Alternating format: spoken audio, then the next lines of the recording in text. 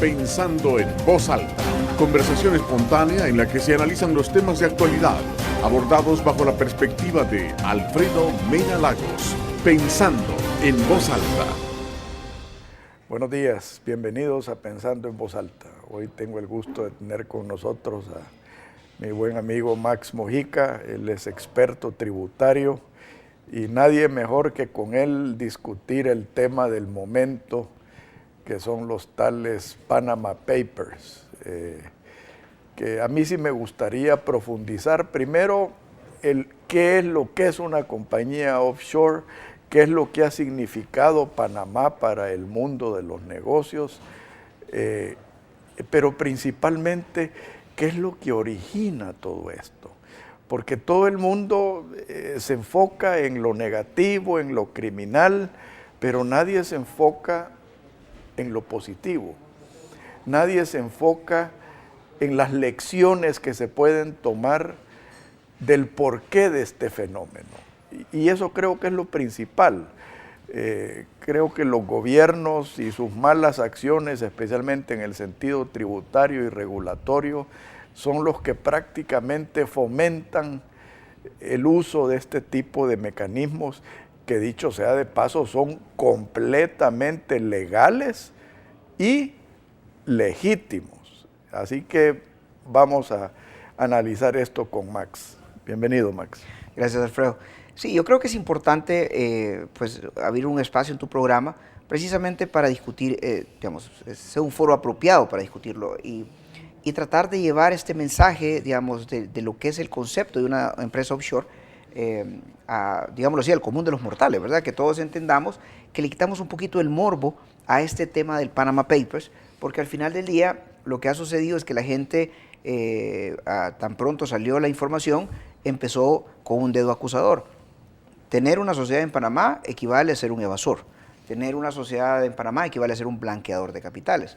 Y ahí salíamos con Leo Messi, que es precisamente el editorial, espérenlo mañana, el día lunes, donde aparece, mi editorial es Messi en el paraíso, ¿verdad? O sea, es decir inmediatamente que Messi, Jackie Chan y algunos otros empresarios que han sido mencionados en el escándalo son per se lavadores o tratan de esconder algún capital mal habido solo por tener una sociedad en Panamá, es una equivocación. ¿Qué es una sociedad offshore? Ahora, antes que entremos en eso, Max, me gustaría comenzar por el principio, valga la redundancia. Aquí ha habido un delito. Y el delito es el hackeo de información. Claro. El delito es violentar los derechos a la privacidad de muchos empresarios y personas legítimas. Claro. Y eso es para mí el inicio de todo esto. Claro. Porque aquí ha habido un robo de información. Ha sido un robo grave de información porque se han violentado por los sistemas de seguridad de la firma Mossack Fonseca, y a partir de ahí se obtuvo 11 millones de documentos, los cuales tienen información altamente confidencial, números de cuentas bancarias, órdenes de transferencia, detalles acerca de movimientos de acciones, los cuales en su inmensa mayoría no están relacionadas absolutamente con nada que pudiera ni remotamente parecerse a un delito. Entonces, el hecho de que venga una persona, obtenga ilegítimamente esa información y la difunda, ya de entrada sí podemos hablar de una acción no solo ilegítima, sino ilegal.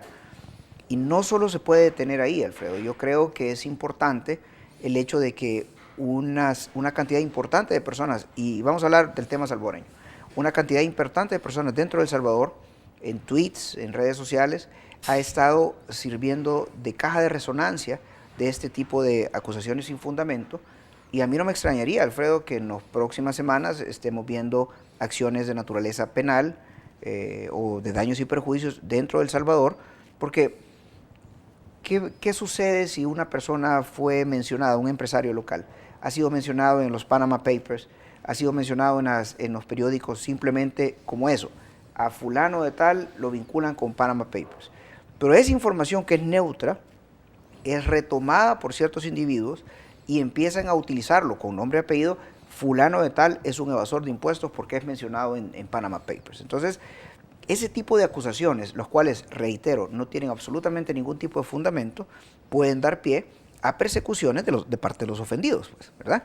Así que no creo que esto, que estemos viendo el final de la novela. Yo creo que hay mucha tela que cortar, porque además estoy claro de que faltan muchas más publicaciones de parte de los periodistas. Y hay otro elemento, Max, o sea, estamos viendo, pues analizando a los clientes de Mossack y Fonseca, pero Mossack y Fonseca es una empresa, es un bufete legítimo, muy profesional, muy bueno. Estamos viendo un ataque hacia Panamá, quizás el mejor país de Centroamérica, que ese sí debiera ser el faro que ilumina nuestro camino. Claro.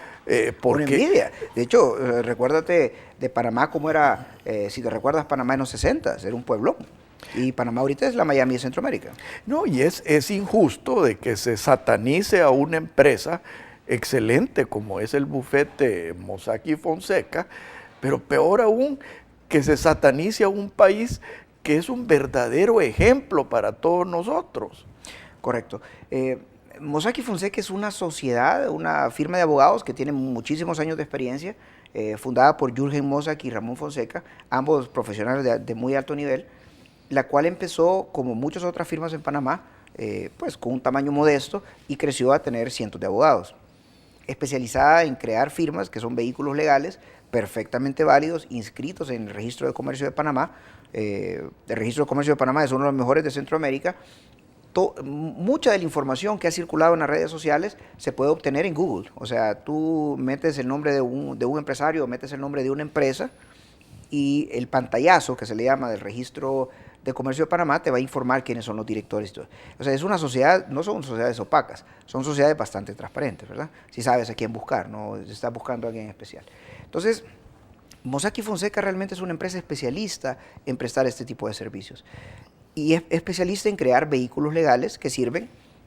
Alfredo Mena Lagos quiere una sociedad panameña, se la pides a Mossack, te la vende, y Mossack, de ahí lo que hagas tú con la sociedad es cosa tuya. Mossack y Fonseca no interviene en nada. Y se las voy a poner, como te repito, tomar estas ideas para que se entiendan. Es como que un narcotraficante fuera a una venta de carros en El Salvador y compraras un carro nuevo. Se lo venden, le dan las llaves, lo saca de ahí, lo llena de cocaína, agarra para la frontera y lo detiene en el camino. ¿Quién tiene la culpa? ¿El que le vendió el carro o el narcotraficante que le metió la cocaína? Entonces, el fabricante de carro, al fin. Entonces, lo que yo te quiero decir es que lo que tú hagas con un vehículo perfectamente legítimo, si tú lo ocupas para transportar cocaína, es problema tuyo, no de quien te vende el vehículo. De igual forma, Mossack y Fonseca lo que les vende a los inversionistas internacionales es una sociedad perfectamente válida y legítima. Si yo la compro y la ocupo para blanquear capitales, es un problema del que la usa. Ahora, ahí también, y será tema de otro segmento, hay que definir qué es blanquear capitales. Correcto. Porque hay diferentes razones para querer preservar el anonimato de un capital. Mucha gente lo hace por razones de seguridad. Es muy importante remarcar eso, Alfredo, porque principalmente tal vez Latinoamérica varía de país en país y de situación en situación. Pero yo creo que hablemos del caso salvadoreño. En el caso salvadoreño, nosotros tenemos un formulario que es el F915, que se presenta todos los meses de enero a la Dirección General de Impuestos Internos. El formulario F915 establece nombre de la empresa salvadoreña, nombre del empresario, del accionista, número de NIT, cantidad de acciones que posee, la significación económica, o sea, la multiplicación de esa cantidad de acciones expresada en dinero, y los dividendos que recibe anualmente. Ese es el informe que se presenta todos los años. Del salvadoreño. Y de empresas salvadoreñas. De empresas salvadoreñas. Entonces, ¿qué es lo que sucede en términos de seguridad? Ese es un formulario que se presenta a la DGI. Teóricamente, la DGI, la Dirección General de Impuestos Internos, no puede revelar esa información. Es privada. De hecho, la revelación de esa información es delito. Pero tú ya viste, creo que fue hace un año o algo así, que una funcionaria pública andaba con las declaraciones de todo el mundo, pues, y diciendo, mire, fulanito no paga impuestos. O sea, eso implica que esta diputada tenía acceso libre, o de alguna forma, a los formularios que estaban presentados en la DGI. Entonces, es legítimo que el empresario diga, yo necesito confidencialidad. Yo prefiero que aparezca Inversiones Latinoamericanas S.A., con sede en Panamá, a que aparezca mi nombre. ¿Me explico? Por temas de seguridad, temas de secuestro, temas de extorsiones, etcétera. De extorsiones, etcétera. Entonces, la confidencialidad no se puede tomar como una situación negativa en sí misma. En Latinoamérica la confidencialidad viene siendo casi una necesidad del empresario. Entonces, cuando tú haces una empresa panameña que te sirve para mantener distancia básicamente personal, no jurídica, porque él tiene el control de la panameña, ¿no? Entonces, para mantener distancia personal de una inversión local, se vuelve pues una situación bastante atractiva para un empresario. No, y después, en el tercer segmento, Max, quiero que entremos a los motivos por qué ciertas políticas fiscales y económicas empujan a los ciudadanos inclusive a sacar su capital de aquí. Correcto. Que es completamente legítimo. Correcto. Yo tengo un editorial que se llama Infiernos Fiscales. Y el mensaje del editorial es que no existirían paraísos fiscales si no existieran infiernos fiscales. Claro. Entonces, lo que significa es cuando un gobierno ejerce una presión desmedida, utilizando su poder de legislar sobre el capital de los ciudadanos, es lógico que cierto segmento de ese capital, el capital excedente, el capital que tiene capacidad para transferirse fácilmente de una jurisdicción a otra, va a buscar jurisdicciones más amables con el capital. Entonces, a los gobiernos eso no le gusta, pero al mismo tiempo que no le gusta que un capital pase de una jurisdicción a otra, en esa misma medida también el gobierno ejerce presiones irracionales sobre el capital o lo pone en peligro. Y si no, miremos, los ejemplos de infiernos fiscales más vívidos de hoy en día es Argentina, tal vez con Macri pues las cosas van cambiando a pasos agigantados. Venezuela. Pero con Kirchner, recuérdate que había los corralitos. El corralito. Entonces, imagínate tú con tu dinero que tú has trabajado, que tú has producido, que tú has creado con tu esfuerzo, venga un funcionario público y te diga, no puedes sacarlo. Entonces, la gente, solo con el anuncio de una medida, puede tomar la decisión de irse a un lugar más favorable. Veamos Venezuela. ¿Quién va a querer tener su dinero en bolívares si hay una inflación de entre el 500 y el 700%? Mi hermana vive en Venezuela ahorita y me informa claramente que los súper están vacíos, que no hay ni siquiera artículos de higiene para las mujeres, que no hay, ¿cómo se llama?, cosas tan esenciales como desodorantes, cosas que tal vez tú, amigo televidente, das por hecho, en Venezuela carecen. Si tú eres un inversionista, vas a querer tener tu dinero en bolívares dentro de Venezuela. Entonces, cuando hay una presión desmedida sobre el capital vuela. ¿Y a dónde vuela? A lugares que se conocen como paraísos fiscales, que en muchos casos ni son, porque te recuerdas que Panamá ya dejó de ser paraíso fiscal desde hace mucho tiempo. Bueno, nosotros tuvimos un socio panameño que además de ser socio era buen amigo y quizás uno de mis grandes maestros empresariales, que me decía, oye chico, no hay cosa más cobarde en este mundo que $1 millón, me decía. Y tenía razón, claro. $1 millón de excedente, pues guardable, con cualquier cosa se asusta. ¿Y cuál es la cualquier cosa? Citemos cualquier cosa. Una amenaza de regresar al Colón.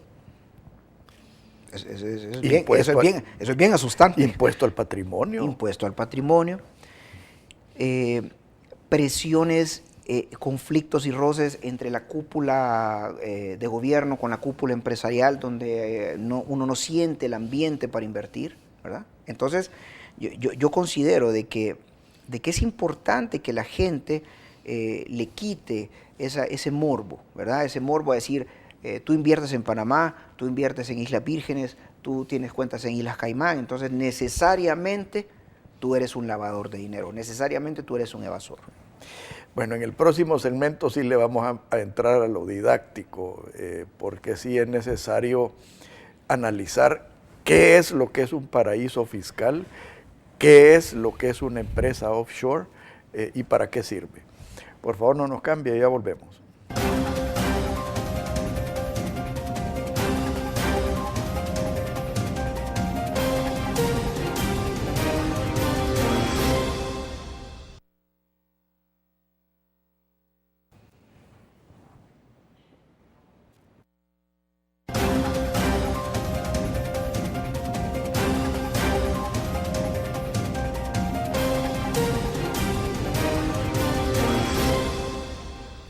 Max, hablando de paraísos fiscales, me gustaría comenzar con el mismo Panamá. Panamá fue desclasificado como paraíso fiscal hace varios meses, entiendo yo. Años. O años. O sea que cumplió con las reglas internacionales que excluían a Panamá como paraíso fiscal. También tenemos los convenios binacionales o multinacionales, en los cuales Panamá se ha comprometido a intercambiar información De naturaleza tributaria. de naturaleza tributaria. Así que tal vez nos pudieras explicar, Max, cómo funciona todo esto. Sí, un paraíso fiscal, para empezar tenemos que establecer quién lo determina. El paraíso fiscal es determinado por entidades internacionales como la OCDE, como la GAFI, que determinan que un estado o territorio dentro de ese estado es un paraíso fiscal. ¿En base a qué? Bueno, en base a varias razones. Primero, en base a la flexibilidad de su legislación. Segundo, en base a si paga o no paga impuestos por las actividades que desarrolla dentro de su territorio.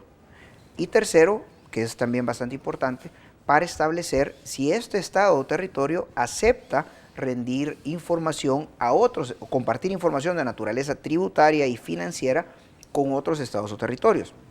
Por ejemplo, el paraíso fiscal más conocido de todos, Suiza, ¿verdad? Si nos damos cuenta, fue hasta hace muy poco que Suiza decidió romper su famoso secreto bancario. En Suiza estaban desde nazis hasta empresarios petroleros, etcétera, etcétera. ¿Por qué? Porque se guardaba el secreto bancario, estas personas podían esconder o tener ahí sus capitales sin que los países de origen de estas personas pudieran llegar a conocerlos.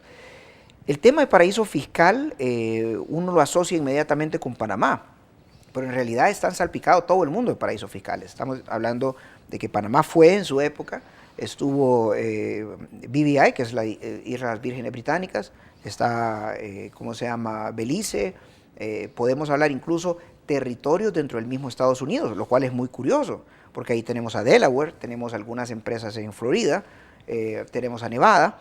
Entonces, el paraíso fiscal como tal no podemos entrar a acusarlo o a satanizarlo, es simplemente un polo de atracción de negocios de naturaleza financiera. Ahora regresemos a Panamá. Panamá creció vertiginosamente cuando adquirió la calidad de paraíso fiscal. Pero a medida que Panamá empezó a crecer, se solidificó su economía, se solidificó su banca, se expandió. En Panamá tienen sede, pues, si no todos, pero la mayoría de bancos del mundo. Entonces, cuando Panamá crece, llega un momento en que dice, ya no queremos estar en la lista negra ni en la lista gris, porque son diferentes tipos de cumplimiento. Estás desde la lista negra, que son verdaderamente un paraíso que no da información y que escondes capitales, a la lista gris en el sentido que tenés algún nivel de cumplimiento y estás pues totalmente fuera, ¿no? Entonces, Panamá a partir del año 2010-2011 empezó a firmar acuerdos de información bilateral. ¿Con quién? Principalmente, obviamente, con el que tiene más dientes, que es Estados Unidos, ¿verdad? Empezó a firmar con Estados Unidos, luego siguió con Canadá, y la cantidad de acuerdos de información bilateral que son necesarias son 12. Panamá logró firmar más de 12, ¿verdad? Y eso le permitió salirse de las listas negras y de las listas grises. La Dirección General de Impuestos Internos de El Salvador, desde el 2013, ya no considera a Panamá como un paraíso fiscal, sino como un estado de renta territorial, igual que El Salvador, igual que Costa Rica, igual que Guatemala. Entonces, en ese sentido, tener negocios con Panamá no representa para un salvadoreño absolutamente ningún tipo de ilegalidad, es perfectamente transparente y no obliga al salvadoreño a pagar más impuestos por tener una relación económica con Panamá. Ahora, también eso tiene que ver mucho con la residencia de ciertas personas. Digamos, en ese sentido, Suiza y Mónaco son las residencias oficiales de muchos deportistas, de muchos artistas, y eso también te debe de dar como un ejemplo del por qué la gente muchas veces se va a vivir a tal. Un paraíso fiscal o un lugar atractivo para la inversión no es tal, no puede evolucionar como tal a menos que le brinde seguridad al inversionista. Y miremos Panamá. Desde la desde la época en que sacaron a Noriega del poder, que era un presidente narcotraficante que está preso y creo que todavía tiene condenas pendientes alrededor del mundo, desde que salió Noriega del poder, Panamá se ha convertido en un país estable. Han pasado tormentas políticas, no deja de ser latinoamericano, tiene cierto nivel de pobreza, no deja de ser latinoamericano, pero en términos generales el panameño no está bajo el temor constante de que esta nueva elección va a venir un chavista. No está bajo el temor constante que ahora vienen los del socialismo del siglo XXI a regresar al Bolívar, ¿cómo se llama? La moneda panameña. El Balboa. El Balboa, a regresar al Balboa, sino que Panamá se vuelve, mantiene una estabilidad que lo hace interesante, no solo para tener empresas ahí. El desarrollo inmobiliario en Panamá es verdaderamente del primer mundo, es impresionante. Entonces, Panamá es un lugar para hacer negocios, casi que su infraestructura está diseñada para hacer negocios. Tú llegas y la oferta de servicios legales, la oferta de servicios financieros, tiene pleno empleo, entonces es un lugar apropiado para invertir. Y ahí es donde muchos salvadoreños se pierden en el análisis, porque no es que estés llegando a Panamá para hacer algo negativo, algo malo, estás llegando a Panamá porque es un lugar apropiado para tener tu capital. Cuando aquí estamos, como te digo, sintiendo el calorcito de un infierno fiscal, ¿verdad? Entonces, creería yo de que esa crossover para Panamá en todo este tiempo para atrás ha sido básicamente natural. Después de este terremoto del hackeo de la base de información de Mossack Fonseca, veremos qué pasa. Vamos a ver cómo sale Panamá bien o mal parada este asunto, porque si hay algo que el inversionista es celoso, es su confidencialidad. Bueno, yo anoche escuché un discurso del presidente de Panamá diciendo de que, primero aclarando lo que es Panamá, y segundo diciendo que ellos no van a permitir de que Panamá sea afectado por una guerra mediática y hasta cierto punto política. Claro. En ese sentido, yo te digo, yo como salvadoreño, a este país, yo no lo llamaría solo infierno fiscal. Este país es un infierno en muchos aspectos. O sea, te digo, yo si no fuera necio como soy, dejaría de ser gallego, o de origen gallego, mejor dicho, yo me iría a vivir a Panamá. Sí, lo que sucede es que tal vez tú y yo, Alfredo, creo que compartimos un sentimiento patriótico evidente, ¿no? O sea, yo sé que tú estás haciendo país con tu programa, igual que mi persona y muchas otras personas piensan que hacemos país con lo que hacemos, con editoriales, con nuestro trabajo. Y por eso estamos aquí, yo creo. Pero al final de cuentas, si tuviéramos la capacidad de generar tanto dinero, excedentes, por muy patriotas que seamos, o sea, porque una cosa es que nos quedemos vos y yo aquí. Una cosa es ser patriota y otra cosa es ser... me limito. Entonces, por muy patriotas que seamos, tú puedes agarrar tu plata y llevártela a invertir. O sea, ¿qué tiene de malo que tú tengas negocios en Liechtenstein? Que tú tengas una sociedad con beneficios fiscales en España. En las islas del Canal, en Inglaterra. Entonces, ¿por qué te vas a limitar? Y eso tiene una contracara. Si yo tengo, es mi dinero, yo ya pagué impuestos y me lo puedo llevar, ¿por qué la opinión pública me va a señalar con el dedo por algo que es perfectamente mi derecho? Entonces, esto nos tiene que llevar a una situación de análisis.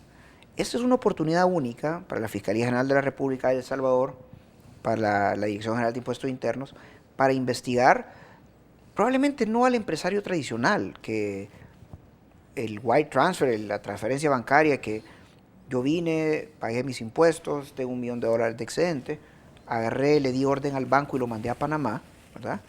Que es perfectamente transparente y trazable la transferencia, que es algo muy diferente a, por ejemplo, que haya una persona que no tiene un historial productivo y que de repente aparezca en los Panama Papers con $5 millones o propietario de un edificio.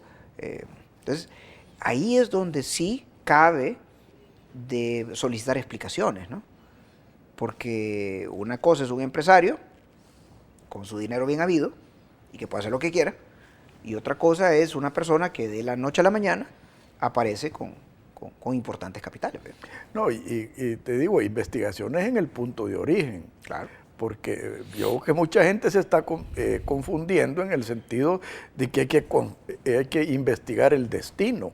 A donde verdaderamente cabe la investigación es de dónde salieron. Es de dónde salió y cómo salió y por qué salió. Entonces, yo creo que este tema de Panama Papers nos deja una moraleja. El mundo ya no es opaco, el mundo es pequeño y la tecnología es abrumadoramente comprometedora.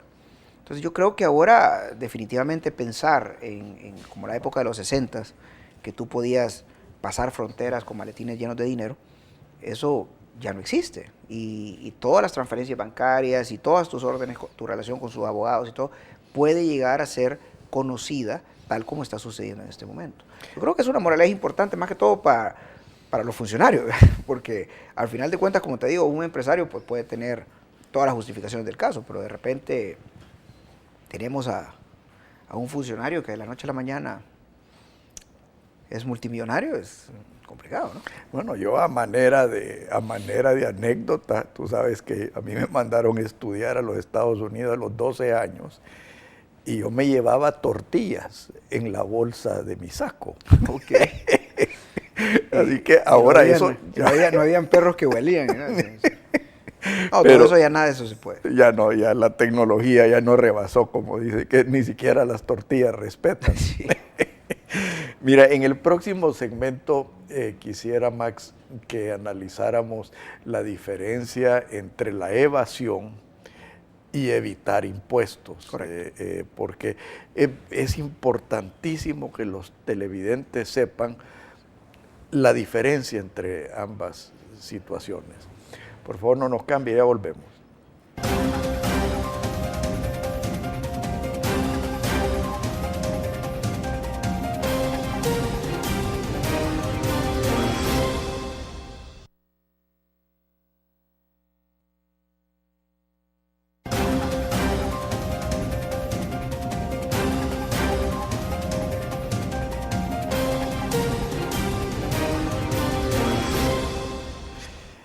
Max, mucha gente erróneamente cree que es obligación de uno que le guste pagar impuestos, especialmente en países como estos, pues, que son países tan corruptos, tan despilfarradores, y en esto pues en ningún momento estoy abogando porque no se paguen impuestos.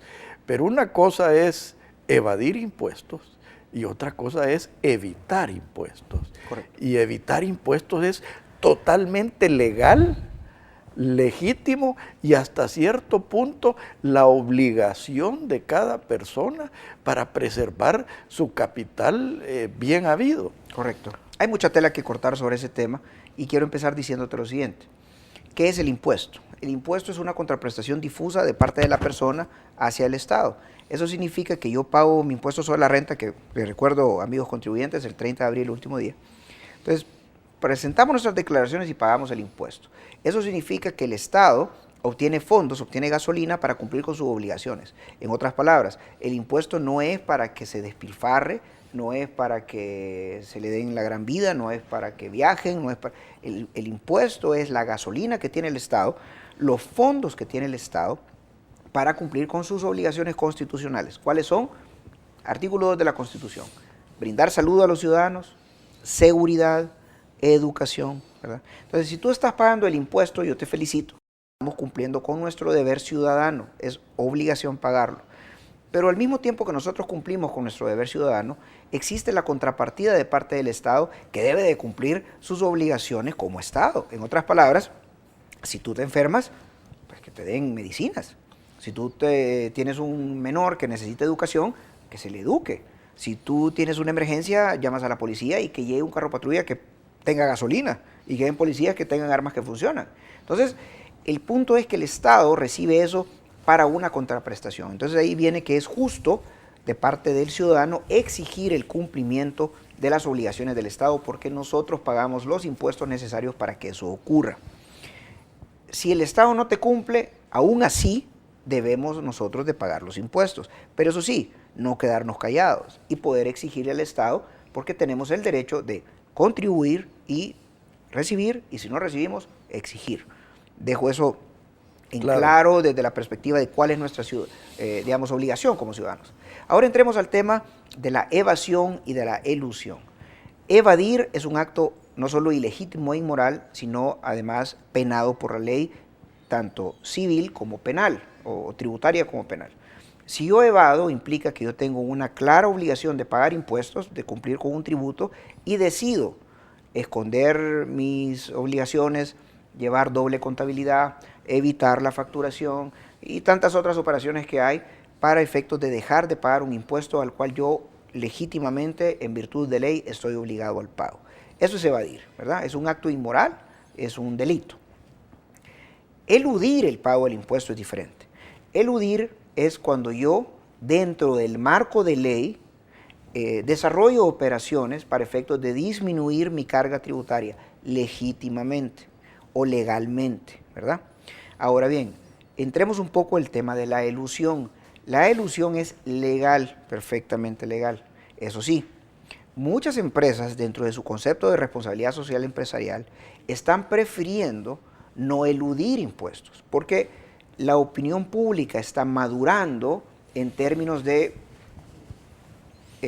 verlo socialmente, moralmente inaceptable la elusión.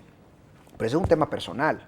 Yo puedo decir, bueno, entre estas dos opciones, esta paga más impuestos, yo puedo decidir ocupar la que paga más impuestos o decidir ocupar la que paga menos impuestos dentro del marco legal. Es una decisión personal, ¿verdad? Muchas empresas están decidiendo, aunque no lo parece, pues están decidiendo pagar más impuestos, ¿verdad? Para no ser moralmente cuestionables. Y eso lo vemos básicamente en países del primer mundo. Pero el concepto básico de la elusión es desarrollar actividades legales dentro del marco de la ley para efectos de disminuir la carga tributaria. Perfectamente válido. Esa es la gran diferencia entre la elusión y la evasión. Ahora, aquí hay ciertos puntos que quizás serán temas de otro programa. Mucha gente está ocupando, para llamarlo de esa manera, la responsabilidad social empresarial para lavarse la cara. O sea, yo sinceramente creo que la principal responsabilidad social empresarial es no explotar mercados a través de prácticas monopólicas. Y tenemos muchos empresarios, entre comillas, que reparten plata a los gobiernos para adquirir privilegios y después se quieren lavar la cara a través de fundaciones, de actos de caridad, entre comillas, que eso creo que también es necesario sacarlo a luz pública, porque a mí me parece tan inmoral dejar de pagar impuestos como también explotar y empobrecer a un país teniendo prácticas monopólicas. Mira, lo que sucede, Alfredo, es que yo creo que el mundo está cambiando y todas las corrientes del primer mundo en términos de controles empresariales, en términos de ética de hacer negocios, están poco a poco permeando en Latinoamérica.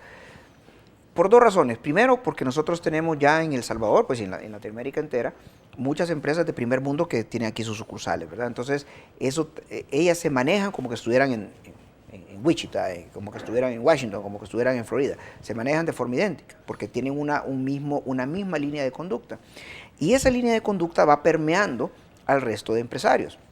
Claro, Latinoamérica, con sus controles mucho más laxos, ¿verdad?, permiten pues que tener ese tipo de acceso todavía de prácticas de colusión con los gobiernos para buscar algún tipo de beneficio, pero eso poco a poco, creo yo, a medida que la sociedad civil también se va desarrollando, esas prácticas tienen que ir pues mermando, ¿no?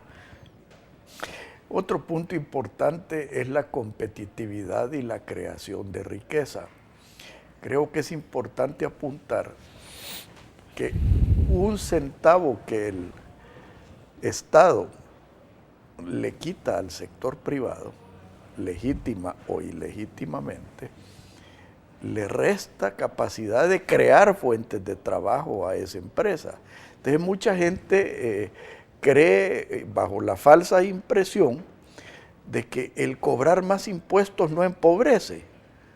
O sea, y yo creo totalmente lo contrario, especialmente cuando se invierten mal de parte del Estado. Entonces, el restarle competitividad en este mundo cada día más competitivo al sector privado a través de una carga tributaria excesivamente alta, empobrece a un país. Sí, yo creo que tú has tocado varios temas, Alfredo. Yo tengo un editorial que se llama La política fiscal como herramienta de desarrollo, porque el asunto es de que el impuesto no se puede ver a secas, no se puede ver como un tema aislado. Por ejemplo, yo nunca he estado de acuerdo con otros analistas que decís, mira, ¿por qué estás diciendo que El Salvador tiene una carga tributaria excesiva si aquí pagas 30% y en Estados Unidos pagas 40%, o aquí pagas 30% y en Sudamérica pagas 37%? Yo no creo que sea que el tema de la carga tributaria tenga que ser un tema comparativo. Yo creo que tenés que ver para adentro. O sea, estás pagando 30% de impuesto sobre la renta y 5% de impuesto a dividendos, un ponderado como que estuvieras pagando un 33.8% por ahí. Entonces, ¿a dónde te quiero llevar con este análisis? Tenemos que analizar, yo pago 30% de impuestos y ¿qué recibo a cambio? Entonces, eso es un problema. Si tú vas a Estados Unidos, se ha analizado de que cada americano que nace, o sea, saliendo del vientre de su madre, recibe de parte del Estado $500,000 en términos de activos públicos. O sea, ese americano cuando crezca va a andar en calles de primer mundo, va a andar en pasos de nivel de primer mundo, va a tener seguridad de primer mundo, va a tener oportunidades de estudio de primer mundo, etcétera, etcétera, etcétera. Entonces, el bagaje, la carga económica que tiene ese país al cobrar impuestos se le traslada de regreso al ciudadano. Ese análisis nunca se ha hecho en El Salvador. Entonces, aquí lo que tenemos es que cada salvadoreño que nace está obligado a pagarle al Estado y no recibe nada o casi nada de parte del Estado. Seguridad. Y nace con una gran deuda. Y nace con una gran deuda. Entonces, tenemos seguridad en déficit, tenemos situaciones de salud en déficit, tenemos educación en déficit. Entonces, yo no creo que sea el análisis correcto simplemente agarrar cifras salvadoreñas a nivel de carga tributaria y compararlas con Costa Rica o compararlas con Colombia. Yo creo que es importante tomar las cargas tributarias y analizarnos internamente. Bueno, estás pagando tanto y ¿qué estás recibiendo? Y eso nos lleva a otro análisis, es decir, bueno, ¿quién es más eficiente para administrar la economía? ¿El Estado o la empresa privada? Porque es cierto, cada dólar que el Estado le quita a la empresa privada es un dólar que se dedica menos a la inversión. Correcto. Entonces, es un dólar que se dedica menos a la generación de empleo. Y no solo es, porque es un tema que a mí me genera muchísima preocupación, no solo es un tema de política tributaria, es también un tema de política administrativa. Porque voy a citar un ejemplo, por ejemplo, la ley de lavado de dinero. La ley de lavado de dinero, para alguien que no es empresario, es algo que simplemente suena. Para alguien que no es empresario, es algo que hasta está bueno que simplemente. Pero cuando empezás a analizar la carga administrativa que le implica a los empresarios cumplir la ley de lavado de dinero, es una distracción innecesaria de fondos. Ya entras a la competitividad. Estás hablando de que tenés que contratar un oficial de cumplimiento, tenés que poner un software, tenés que estar atento, mandando informes prácticamente diarios, estar en análisis, bla, bla, bla, bla. Algo que naturalmente debería ser la policía o la fiscalía. Pero todas estas cargas administrativas se le trasladan al empresario. Entonces, todo eso tiene un costo. Y todos los costos dentro de la empresa privada nos hacen ser menos eficientes, menos competitivos y nos distraen fondos para algo tan importante que se llama inversión. Entonces, El Salvador debe realmente de hacer un hasta aquí y hacer un análisis de todo lo que nos está ocurriendo. Porque ¿qué es lo que nosotros queremos? Seguir gastando más y más y más, y eso nos implica subiendo más impuestos y más impuestos. O lo que queremos es hacer un stop, un detente en términos de gastos tributarios para probablemente empezar a pensar en actividades tan inteligentes como la que está haciendo Guatemala, de bajar las tasas impositivas para efectos de atraer la inversión extranjera. Si nosotros no solo competimos, o sea, no solo nosotros existimos en el mundo, pues si un empresario puede decir perfectamente irse a invertir a El Salvador, ¿cómo irse a invertir a Honduras, o a Nicaragua, o a Vietnam? Si es que nosotros competimos con el mundo. ¿Y qué es lo que nosotros como salvadoreños ofrecemos? Las carreteras. ¿En qué estado están? La seguridad jurídica. Aquí cambiamos las reglas del juego como nos cambiamos camisa. Entonces, ¿qué podemos ofrecer? Entonces, la política tributaria es una herramienta de desarrollo. Si nosotros nos bajamos los impuestos, podemos perfectamente atraer inversionistas extranjeros. Es precisamente lo que hizo Japón, un país campesino, un país monárquico, un país destruido con una bomba atómica encima después de la Segunda Guerra Mundial. ¿Qué es lo que hizo Japón? Disminuir las cargas tributarias para hacerse atractivo dentro del Plan Marshall para las empresas que fueran a invertir en ese lugar. Ya después Japón, ya con todo el desarrollo que tuvo, ya se pone los moños, pues ya puedes decir tú lo que crees que te paguen de impuestos. Pero en un país como el nuestro, estar en una escalada de cargas tributarias es prácticamente suicida. No, escalada de cargas tributarias y mensajes equivocados, ¿verdad? Porque de nuevo a lo que me decía nuestro socio panameño, no hay cosa más cobarde en este mundo que $1 millón. Entonces, si tú constantemente estás escuchando esa agresividad de parte de las autoridades de gobierno, tú decís, y bueno, ¿y qué estoy haciendo aquí, verdad? Entonces, hay que recordarle a la gente que inversión es igual empleo. Y parte de las causas de desempleo aquí en El Salvador no solo es la falta de seguridad, no solo es la falta de competitividad, es la agresividad del discurso estatal. Es que lo que pasa es que todos nosotros en cualquier momento de nuestra vida, en cualquier minuto de nuestra vida estamos mandando mensajes, ¿verdad? Y el gobierno forma parte pues de la vida habitual de un ciudadano. Si el gobierno está mandando mensajes como, mira, si no me autorizás la racionalización de las pensiones, vamos a regresar al Colón, es un mensaje. Y sea cierto o no sea cierto que lo quieran hacer, el mensaje está dado. Y el problema es que eso genera temor. Y bueno, al ciudadano de a pie, a mí, ¿yo qué voy a hacer? Pues aquí vivo. ¿Yo cómo me voy? Pero para el inversionista que puede decidir invertir en un nuevo edificio en El Salvador, o irse mejor a construir a Nicaragua, o irse mejor a invertir en Panamá, es un mensaje sumamente serio.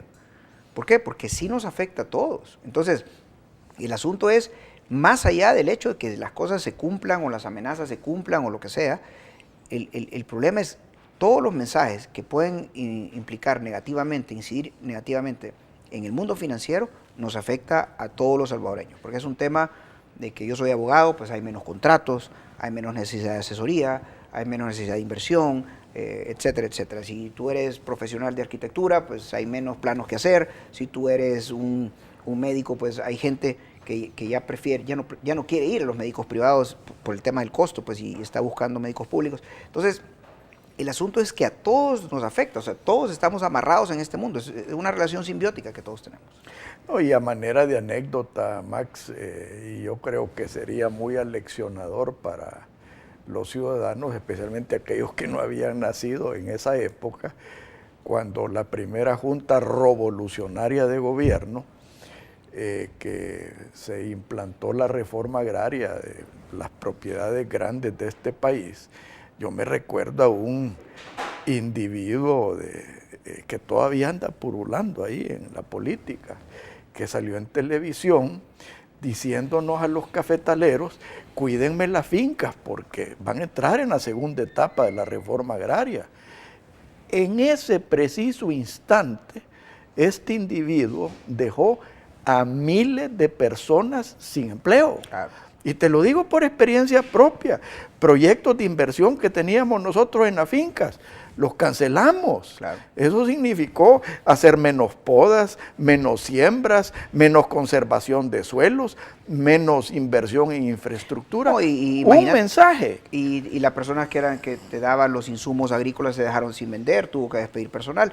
No, es que es una relación simbiótica. Yo estoy clarísimo de eso. Yo creo que aquí pensar en que el discurso del socialismo del siglo XXI es válido, donde se dice que los ricos son malos, que la oligarquía es la culpable de todo, y ese largo etcétera, ese rosario de iniquidades que se le atribuye al sector privado, únicamente los únicos que salen beneficiados de ese tipo de discursos son ellos mismos. ¿Por qué? Porque ese es un discurso que siembra... beneficiados hasta cierto punto. Beneficiados en términos políticos y de conservación de poder. A corto plazo. A cortísimo plazo, a cortísimo plazo. Porque 10 años en la historia de la humanidad, 10 años no es nada, es cortísimo plazo. Entonces, pero el daño que le hacen a una sociedad es grandísimo.